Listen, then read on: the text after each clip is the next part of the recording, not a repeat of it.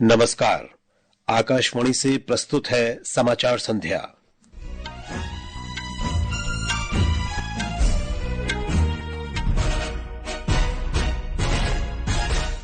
मुख्य समाचार।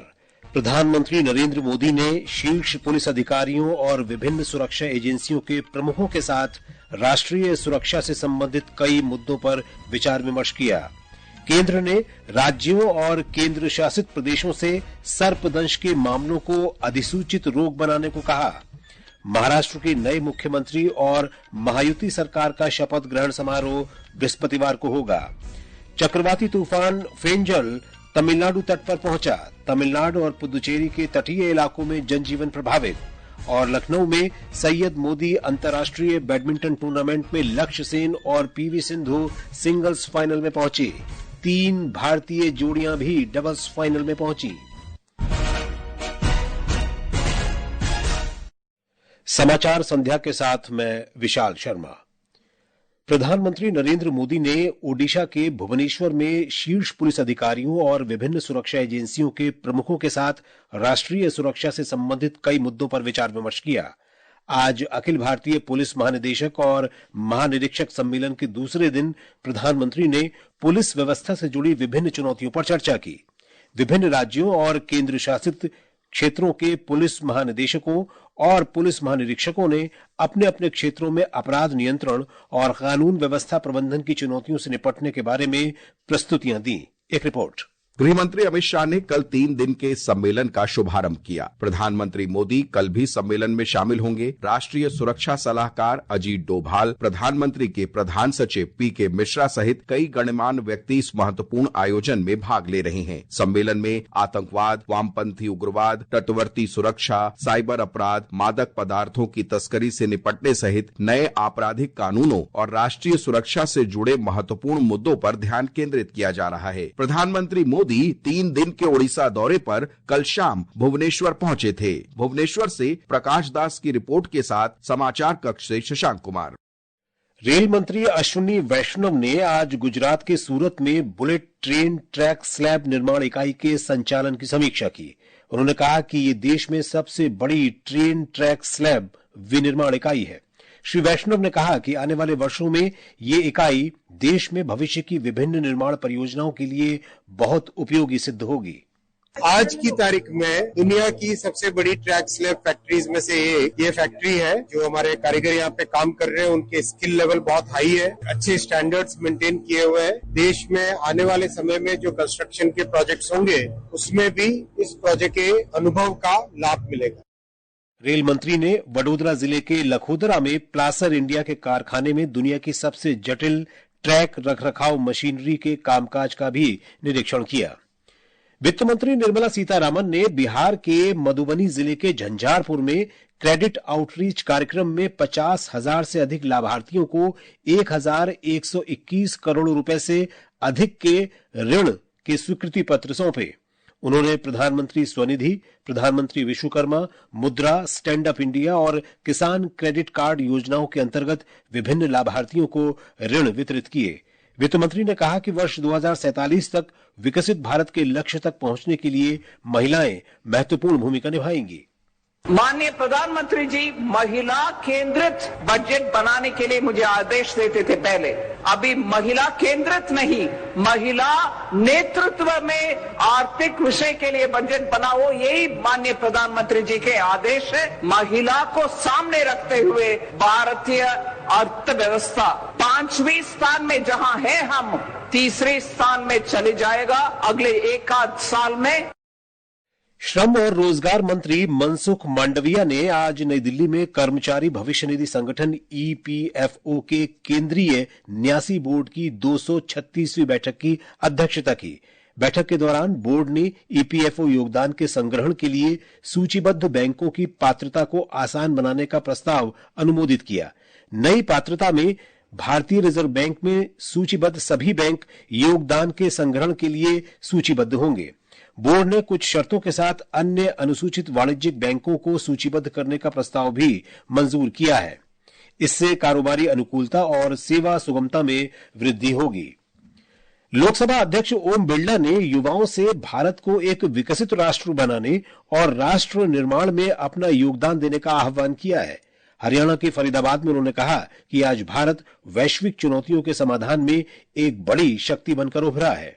देशों के अंदर भी भारत का नौजवानों का ही सामर्थ्य है। उस देश के अंदर भी चाहे टेक्नोलॉजी हो, चाहे प्रोफेशनल कोर्सेज हो, हर इनोवेशन हो, हर विषय के अंदर भारत का नौजवान ही उस देश के विकास में योगदान दे रहा है और इसीलिए 21वीं सदी भारत की होगी। ये समाचार हमारी वेबसाइट www.newsonair.gov.in और हमारे न्यूज ऑन एआईआर ऐप पर भी उपलब्ध हैं। समाचार संध्या में आपका फिर स्वागत है। स्वास्थ्य मंत्रालय ने राज्यों और केंद्र शासित प्रदेशों से सर्पदंश के मामलों और उससे होने वाली मृत्यु को राज्य लोक स्वास्थ्य अधिनियम और अन्य प्रावधानों के तहत अधिसूचित रोग की श्रेणी में रखने को कहा है। स्वास्थ्य सचिव पुण्य सलिला श्रीवास्तव ने सभी राज्यों और केंद्र शासित प्रदेशों के प्रधान सचिव और अतिरिक्त मुख्य सचिव को लिखे पत्र में कहा कि सर्पदंश गंभीर चिंता का विषय है। ब्यौरा हमारे संवाददाता से। अधिसूचित रोग वो रोग है जिसका निदान होने पर सार्वजनिक स्वास्थ्य अधिकारियों को सूचित किया जाना आवश्यक है। इसका लक्ष्य रोगों की निगरानी, नियंत्रण और रोकथाम करना तथा सार्वजनिक स्वास्थ्य के लिए उपायों को लागू करना है। सर्पदंश की समस्या से निपटने के लिए स्वास्थ्य मंत्रालय ने संबंधित मंत्रालयों और हितधारकों के परामर्श से 2030 तक सर्पदंश से बचाव और नियंत्रण के लिए राष्ट्रीय कार्य योजना शुरू की है। इस कार्य योजना का उद्देश्य 2030 तक सर्पदंश से संबंधित मौतों को कम करना और देश भर में सर्पदंश के मामलों और मौतों की निगरानी करना है। पल्लवी परमार के साथ अमन यादव, आकाशवाणी समाचार, दिल्ली। महाराष्ट्र में नवनिर्वाचित महायुति सरकार का बहुप्रतीक्षित शपथ ग्रहण समारोह बृहस्पतिवार को शाम 5 बजे मुंबई के आजाद मैदान में होगा। महाराष्ट्र में भाजपा प्रदेश अध्यक्ष चंद्रशेखर बावनकुले ने इसकी जानकारी दी।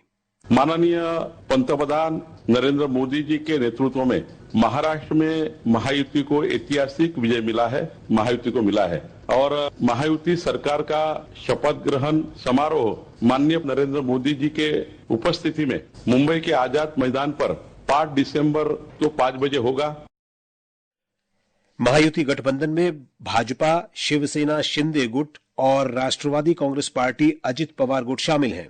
गठबंधन ने विधानसभा चुनावों में 288 सीटों में से 230 सीटें जीती हैं। निर्वाचन आयोग ने कहा है कि महाराष्ट्र में सभी मतदान प्रक्रियाएं पारदर्शी थीं और कांग्रेस पार्टी द्वारा उठाए गए सभी मुद्दों की समीक्षा की जाएगी। आयोग ने कांग्रेस की चिंताओं पर चर्चा करने के लिए मंगलवार को कांग्रेस प्रतिनिधिमंडल को आमंत्रित किया है। आयोग कांग्रेस पार्टी के प्रतिनिधिमंडल की बात सुनने के बाद लिखित जवाब देगा। महाराष्ट्र पुलिस ने राज्य के पूर्व मंत्री बाबा सिद्दीकी की हत्या के मामले में सभी 26 आरोपियों पर महाराष्ट्र संगठित अपराध नियंत्रण अधिनियम मकोका लगाया है। अपराध जांच विभाग ने इस मामले में अभी तक मुख्य शूटर शिव कुमार गौतम समेत 26 संदिग्धों को गिरफ्तार किया है। रक्षा मंत्रालय ने आज कोचीन शिपयार्ड लिमिटेड के साथ एक समझौते पर हस्ताक्षर किए। इसमें 1200 करोड़ रुपए की लागत से आईएनएस विक्रमादित्य की मरम्मत की जाएगी। ये परियोजना कोचीन शिपयार्ड लिमिटेड को रखरखाव तथा मरम्मत केंद्र बनाने की दिशा में एक महत्वपूर्ण कदम है। सीमा सुरक्षा बल ने इस वर्ष अभी तक पाकिस्तान की ओर से पंजाब में मादक द्रव्य, हथियार और गोला बारूद की तस्करी के लिए प्रयोग किए गए 245 ड्रोन जब्त किए हैं। इसके अलावा बल के साथ मुठभेड़ में पंजाब की सीमा पर 3 पाकिस्तानी घुसपैठिए भी मारे गए हैं। बल ने सीमा पर 2 तस्करों समेत 31 पाकिस्तानी नागरिकों को भी पकड़ा है। ये समाचार आकाशवाणी से प्रसारित किए जा रहे हैं। ताजा समाचार जानने के लिए आप हमारे social media handle x@AIR News Hindi को फॉलो कर सकते हैं। बंगाल की खाड़ी के दक्षिण पश्चिम में स्थित चक्रवाती तूफान फेंजल 10 किलोमीटर प्रति घंटा की गति से उत्तर पश्चिम दिशा में बढ़ गया है और पुदुचेरी से दक्षिण पूर्व में 80 किलोमीटर तथा चेन्नई के दक्षिण पूर्व में 90 किलोमीटर पर केंद्रित है। इस तूफान के पश्चिम की ओर बढ़ने की आशंका है तथा यह कराईकल और महाबलीपुरम के बीच आज रात 90 किलोमीटर प्रति घंटे की रफ्तार से समुद्र तट को पार कर सकता है। इसके प्रभाव से आज आधी रात से तेज वर्षा और तमिलनाडु, पुदुचेरी और दक्षिण आंध्र प्रदेश के समुद्र तट पर 3 से 4 मीटर ऊंची लहरें उठने की आशंका है। बारिश मंगलवार तक जारी रह सकती है। इस बीच मौसम विभाग के क्षेत्रीय प्रमुख बालाचंद्रन ने बताया है कि चक्रवाती तूफान ने समुद्र तट को पार कर लिया है और ये आज रात धीरे धीरे आगे बढ़ेगा। ब्यौरा हमारी संवाददाता से।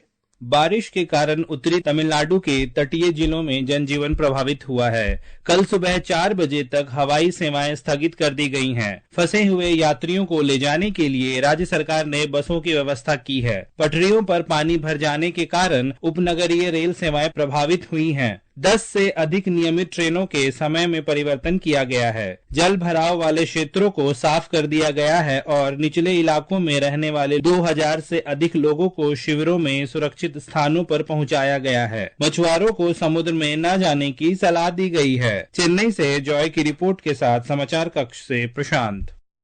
चक्रवाती तूफान फेंजल के असर से आंध्र प्रदेश के नेल्लोर, तिरुपति, अन्नामैया और चित्तूर जिले में तेज वर्षा की आशंका है। तटवर्ती इलाकों में रहने वाले लोगों के लिए सुरक्षा संबंधित चेतावनी जारी की गई है। उधर पुदुचेरी में तेज हवाओं के साथ मूसलाधार बारिश हो रही है। लगभग 3 घंटे से अधिक की तेज वर्षा के बाद सड़कों और निचले इलाकों में पानी भर गया है। और अब खेल खबरों के साथ है आकर्षिता सिंह। लखनऊ में सैयद मोदी अंतर्राष्ट्रीय बैडमिंटन टूर्नामेंट में पीवी सिंधु और लक्ष्य सेन सिंगल्स के फाइनल में पहुंच गए हैं। सेमीफाइनल में सिंधु ने उन्नति हुड्डा को और लक्ष्य सेन ने सिंगापुर के सोबो ओगावा को पराजित किया। डबल्स में 3 भारतीय जोड़ियां फाइनल में पहुंची हैं। मिक्स्ड डबल्स में ध्रुव कपिला और तनीषा क्रास्टो, महिला डबल्स में त्रिशा जॉली और गायत्री गोपीचंद और पुरुष डबल्स में पृथ्वी राय और साई प्रतीक ने खिताबी मुकाबले में जगह बनाई। उधर सिंगापुर में विश्व शतरंज चैंपियनशिप में भारतीय ग्रैंड मास्टर डी गुकेश और विश्व चैंपियन चीन के डिंग लिरेन के बीच 5वें दौर की बाजी 40 चालों के बाद ड्रॉ हो गई। 14 बाजियों के मुकाबले में दोनों खिलाड़ी 2.5 अंक लेकर बराबरी पर हैं। दुबई में under 19 Asia cup cricket tournament के ग्रुप ए में पाकिस्तान ने भारत को 43 रन से हरा दिया है। 282 रन के लक्ष्य के जवाब में भारतीय टीम 48वें ओवर में 238 रन पर सिमट गई। नागालैंड का प्रसिद्ध हॉर्नबिल महोत्सव कल से शुरू होने जा रहा है। हमारी संवाददाता ने बताया है कि 10 दिवसीय महोत्सव नागा लोगों की समृद्ध सांस्कृतिक विरासत का उत्सव है। इस कार्यक्रम का 25वां संस्करण 1 दिसंबर की शाम को शुरू होगा। समारोह के दौरान 4 शहीदा देश वेल्स, जापान, पेरू और अमेरिकी राजदूत सम्मानित अतिथि होंगे। पद्म भूषण, ग्रैमी और ऑस्कर विजेता संगीतकार डॉक्टर AR रहमान भी उपस्थित रहेंगे। उद्घाटन समारोह शानदार समारोह होगा क्योंकि इसमें लगभग 800 कलाकार शामिल होंगे जो पारंपरिक नागा संस्कृति, संगीत और नृत्य का समृद्ध मिश्रण प्रदर्शित करेगा। आकाशवाणी समाचार के लिए कोहिमा से असुन्यो। राष्ट्रीय राजधानी दिल्ली में वायु गुणवत्ता बहुत खराब श्रेणी में बनी हुई है। औसत वायु गुणवत्ता सूचकांक आज शाम 8 बजे 333 पर था। केंद्रीय प्रदूषण नियंत्रण बोर्ड के अनुसार शहर के कुछ इलाकों में वायु गुणवत्ता सूचकांक 400 से ऊपर भी चला गया। मौसम विभाग के अनुसार दिल्ली और आसपास के क्षेत्रों में अगले 2 दिनों के दौरान धुंध और हल्का कोहरा छाए रहने की संभावना है। और अब अंत में मुख्य समाचार एक बार फिर।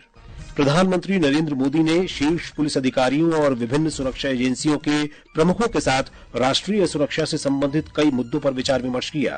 केंद्र ने राज्यों और केंद्र शासित प्रदेशों से सर्पदंश के मामलों को अधिसूचित रोग बनाने को कहा।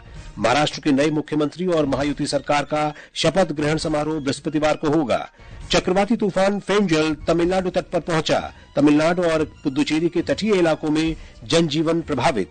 और लखनऊ में सैयद मोदी अंतर्राष्ट्रीय बैडमिंटन टूर्नामेंट में लक्ष्य सेन और पीवी सिंधु सिंगल्स फाइनल में पहुंचे। 3 भारतीय जोड़ियां भी डबल्स फाइनल में पहुंची। इसके साथ ही समाचार संध्या का ये अंक समाप्त हुआ। नमस्कार।